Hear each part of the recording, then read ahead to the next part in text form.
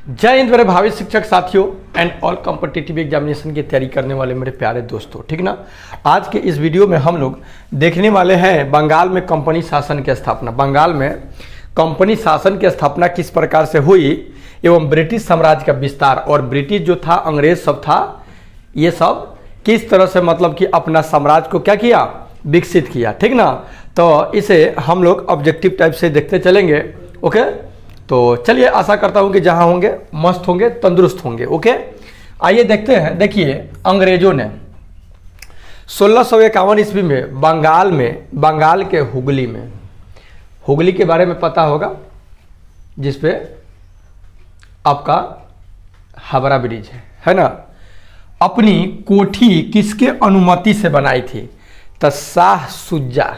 ये शाह सुजा जो था ना, ये अंग्रेजों को क्या किया था, अनुमति मतलब दे दिया था कि हाँ कोई दिक्कत नहीं है, कोठी बनाओ, रहो, करो नौटंकी ड्रामा। कब मुर्शिद कुली खां बंगाल का दीवान बना था? तो 1700 ईस्वी में मुर्शिद कुली खां जो था यह बंगाल का दीवान बना, ठीक ना। 1727 ईस्वी में मुर्शिद कुली खां के निधन के बाद किसने शासन किया? तो जब ये मुर्शिद कुली खां मर गया तो उसके जगह पर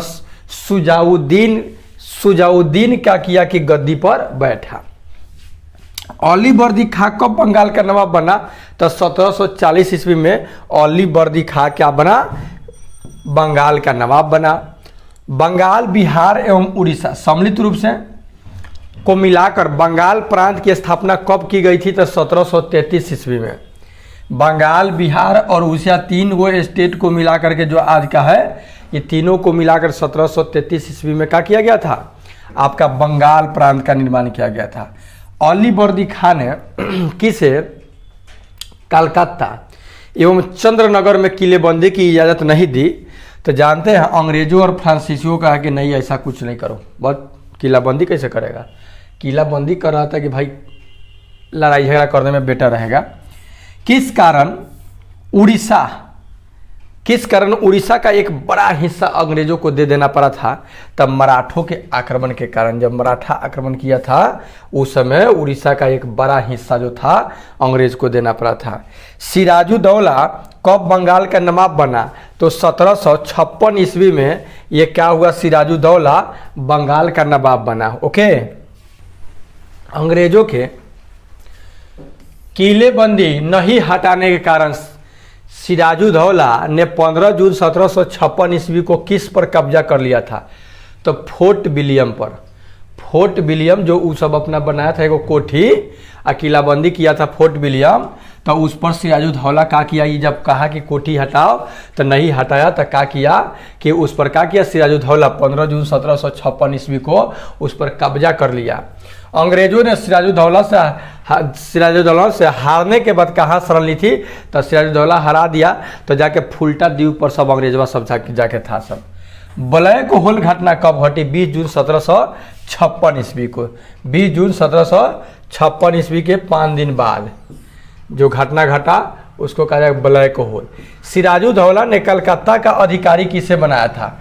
तब मानिक चंद को। सिराजुद्दौला क्या किया था कि मानिक चंद को कलकत्ता का क्या बना दिया था, अधिकारी। बंगाल का सबसे बड़ा बैंकर कौन था? तो जगत सेठ। सबसे बड़ा बैंकर कोई था तो वो कौन था? जगत सेठ। किसने घूस लेकर कलकत्ता को अंग्रेजों को सौंप दिया था? तब मानिक चंद शाह। ये जो मानिक चंद शाह सिराजुद्दौला इसको अधिकारी बनाया था, तो ये क्या किया था कि अंग्रेज से घूस लेकर के, ठीक ना, कलकत्ता को क्या किया था कि अंग्रेज को सौंप दिया था। ये मानिक चंद, ठीक ना। अली नगर की संधि कब हुई थी? 9 फरवरी 1757 ईस्वी को अली नगर की संधि हुई थी। फ्रांसीसी बस्ती चंद्रनगर को अंग्रेजों ने कब जीता था? फ्रांसीसी जो बस्ती था उसको, फ्रांसीसी बस्ती जो चंद्रनगर था, इसको अंग्रेजों ने कब जीता था? तब मार्च 1757 ईस्वी में इसको जीत लिया था। प्लासी का युद्ध यानी लड़ाई कब हुई? तो 23 जून 1757 ईस्वी को, ठीक ना। तो ये एक महान घटना था। एक बाद 100 बरस बाद एगो घटना हुआ, आपका सैनिक विद्रोह यानी 1857 की क्रांति। किसे 1757 में बंगाल का नवाब बनाया गया? तब मीर जाफर को। ठीक ना, पलासी का युद्ध हुआ, इस पलासी के युद्ध में मीर जाफर को अब क्या बना दिया गया? बंगाल का नवाब। सिराजुद्दौला की हत्या किसने कर दी? तब मीर जाफर के पुत्र मीरान ने, ओकरे बेटा का किया कि इसको सिराजुद्दौला की हत्या कर दी। मीर कासिम कब बंगाल के नवाब बना? तो 1760 ईस्वी में यह बंगाल का नवाब बना।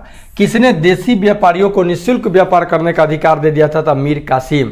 ये क्या किया था कि देसी जो व्यापारी था उसको निःशुल्क व्यापार करने के अधिकार दे दिया था। तो ये तो बढ़िया काम है। बक्सर का युद्ध कब हुआ था? तो 1764 ईस्वी में। 1764 22 अक्टूबर 1764 ईस्वी को बक्सर में जो युद्ध हुआ उसे बक्सर का युद्ध कहा गया। ठीक ना। बक्सर के युद्ध में अंग्रेजी सेना का नेतृत्व कौन किया था? तो लॉर्ड हेक्टर मुनरो कर रहा था। ठीक ना, अंग्रेजी सेना का नेतृत्व।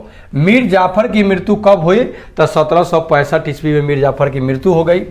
1765 ईस्वी में बंगाल का नवाब किसे बनाया गया?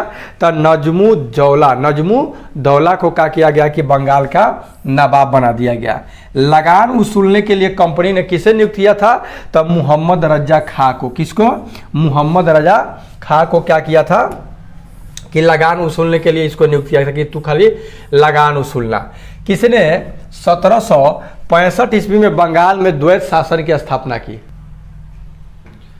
द्वैत शासन यानी दोहरा शासन प्रणाली की स्थापना रॉबर्ट क्लाइव किया था। रॉबर्ट क्लाइव किया था दोहरा शासन। जैसे हम लोगों के देश में भी दोहरा शासन है, एगो केंद्र में है, एगो राज्य में है, तो उसी प्रकार से एगो कंपनी का शासन था, एगो इसका था।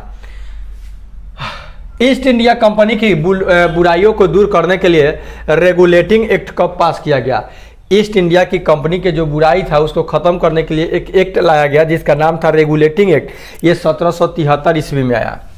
पीट एक्ट कब पास हुआ था? तो 1784 ईस्वी में।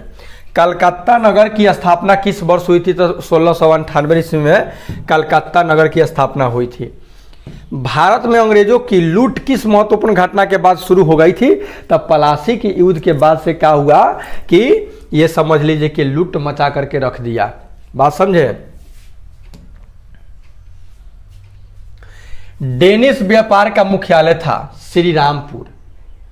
अंग्रेजों ने रैयतवारी बंदोबस्त कहाँ लागू किया था? तब मद्रास प्रेसिडेंसी में क्या किया था? रैयतवारी बंदोबस्त लागू किया था। ठीक ना। रैयतवारी प्रथा किसने प्रारंभ की थी? तो टॉमस मुनरो। टॉमस मुनरो का किया था कि रैयतवारी प्रथा शुरू की थी। Thomas Munro. रैयतवारी प्रथा में वही था जैसे मान लीजिए कि किसान से जो मान लीजिए कि टैक्स वसूलना है तो ओकरा के टैक्स वसूलने वाला के ओकरा के बीच में रख दिया था। ठीक ना। तो वो बाद में ही हटा दिया गया। ठीक ना। कैसे कि वो जो बीच में था वो बीच में ही माल बुझ लीजिए कि ज़्यादा खा रहा था, ले लिया किसान से केतन, वो अपने रख लिया, कुछ दे देता था कंपनी को। रैयतवारी प्रथा था। टॉमस मुनरो ने। कर्नाटक युद्ध किन किन के मध्य लड़ा गया था? तो अंग्रेज और फ्रांसीसी के बीच में कर्नाटक का युद्ध। भारत में अंग्रेजों की सर्वश्रेष्ठता किस युद्ध से स्थापित हुआ था? तब बक्सर के युद्ध से। अंग्रेज अपने को मतलब कि अब लगा मतलब पावरफुल समझने वो बक्सर के युद्ध से। ठीक ना। 1757 ईस्वी की जो पलासी की लड़ाई में हुआ तो रॉबर्ट क्लाइव के नेतृत्व में अंग्रेजों ने किसको हराकर अंग्रेजी राज की नींव भारत में मजबूत की? तब बंगाल के नवाब सिराजुद्दौला को। तो सिराजुद्दौला क्योंकि तनका अथी पर रहा था भाई, इसको मतलब इसमें कोई जगह उगह नहीं देना चाह रहा था, इसका मानसा समझ रहा था अंग्रेजों सबके। तो ये पलासी का युद्ध हुआ और इसमें क्या किया कि रॉबर्ट क्लाइव जो था खुद मतलब कि ये क्या किया कि नेतृत्व किया था सेना का, और बंगाल के जो नवाब था सिराजुद्दौला उसको हरा दिया था। ठीक ना। 1793 ईस्वी में लॉर्ड कार्नवालिस ने बंगाल का अस्थायी बंदोबस्त किसके साथ किया था? तो जमींदारों के साथ क्या किया था? अस्थायी परमानेंट बंदोबस्त किया था। सहायक संधि का सिद्धांत किससे संबंधित था? तो लॉर्ड वेलेजली से। लॉर्ड वेलेजली सहायक संधि का सिद्धांत दिया था। ठीक ना। ईस्ट इंडिया कंपनी और बंगाल के बीच जब पलासी का युद्ध हुआ था उस समय मुगल सम्राट कौन था? तो शाह आलम द्वितीय मुगल सम्राट था। ठीक ना। अंग्रेजों द्वारा बंगाल से निर्यात की जाने वाली प्रमुख वस्तुएं क्या थी? तो रेशमी सूती वस्त्र तथा नील को क्या करता था कि अंग्रेज क्या करता था कि बंगाल से निर्यात करता था। मतलब दूसरे जगह भेजता था, अपने यहाँ भेजता होगा। सहायक संधि को स्वीकार करने वाला पहला भारतीय शासक कौन था? तो सहायक संधि को, यही हैदराबाद का निजाम जो था, इस सहायक संधि को क्या किया था? मतलब कि स्वीकार कर लिया था, समझे। रंजीत सिंह किस मिसल से संबंधित थे? तो सुकरचकिया, सुकरचकिया जो मिसल था उसी से रंजीत सिंह क्या थे? संबंधित थे। महाराजा रंजीत सिंह के राज की राजधानी कहाँ थी? तो लाहौर थी, ठीक ना। अब पाकिस्तान में चला गया लाहौर। सवाई राजा जय सिंह द्वारा प्रथम वेधशाला जंतर मंतर कहाँ स्थापित किया गया था? दिल्ली में, जो कि आज भी है, जहाँ पे धरना लोग देता है। किसने मजबूत सत्ता स्थापित कर अंग्रेजों को 19वीं शताब्दी में चुनौती दी थी? तो रंजीत सिंह। रंजीत सिंह भी बुझ लीजिए कि मजबूत सत्ता स्थापित करके अंग्रेज को चुनौती दे दिया था। भाई सब तो लड़िए रहा था सब, लेकिन क्या किया जाए, इस सब में धोखा करने वाला सब आदमी सब ज़्यादा था, जो कि उसका साथ दे देता था पैसा वैसा लेके, ये सबको तब इस तरह से हार जाना पड़ता था। किस राजपूत शासक ने जिज मुहम्मद शाही नामक पहाड़ों का समूह बनाया जिससे लोग खगोल संबंधित अवलोकन कर सके? था राजा सवाई जय सिंह।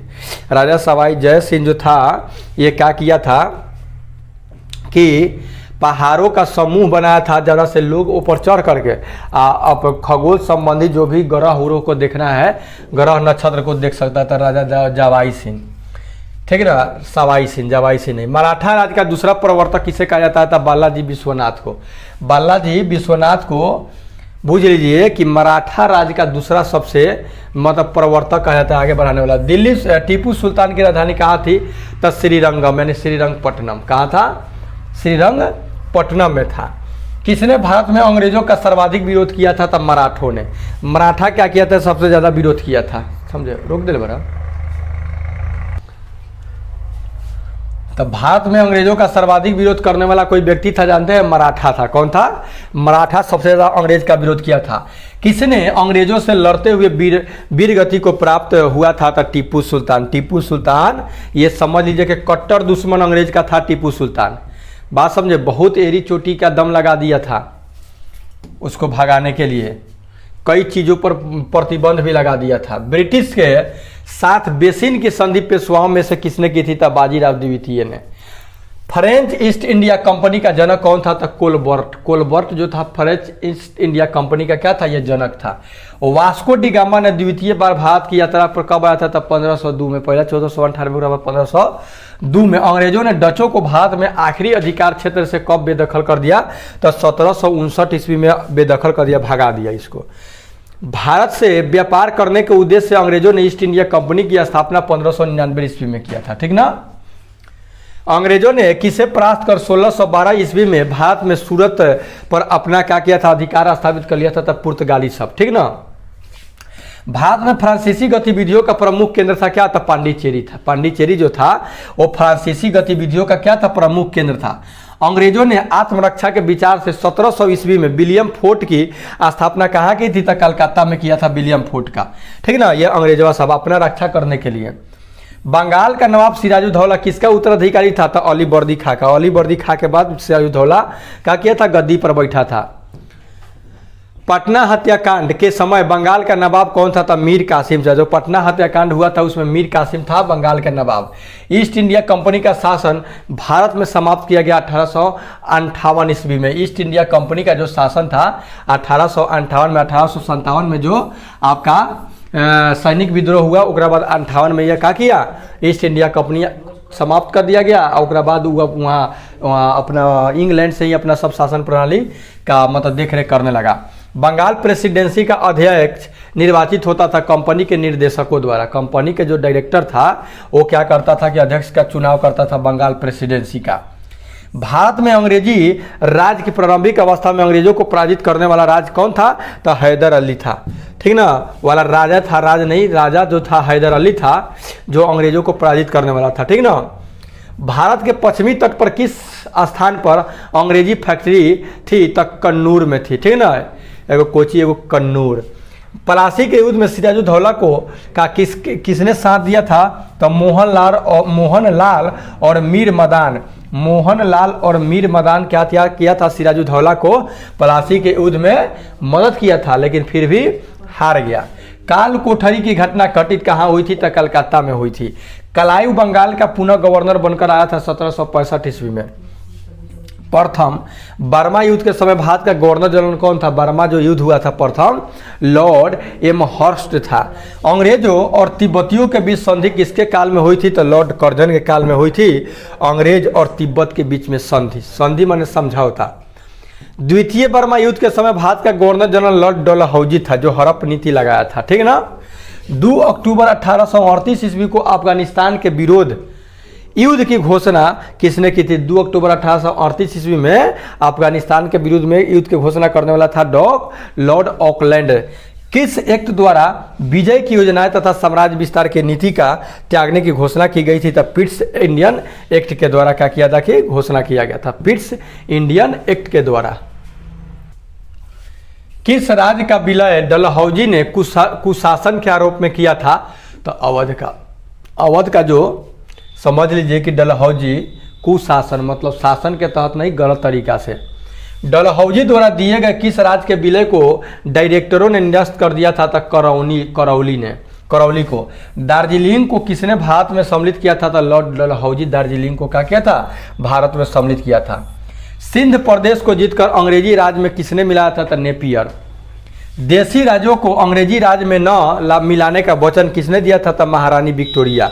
देशी राज को अंग्रेजी राज में न मिलाने की वचन दिया था। ब्रिटिश सत्ता व देशी राज्यों के मध्य संबंधों पर विचार करने के लिए कौन सी कमेटी नियुक्त की गई थी? तो बटलर कमेटी नियुक्त की गई थी। किस जाट नेता को अपनी योग्यता के कारण जाट जाति का प्लेटो पुकारा गया? तो सूरजमल को जाट जाति का प्लेटो कहा गया, ठीक है।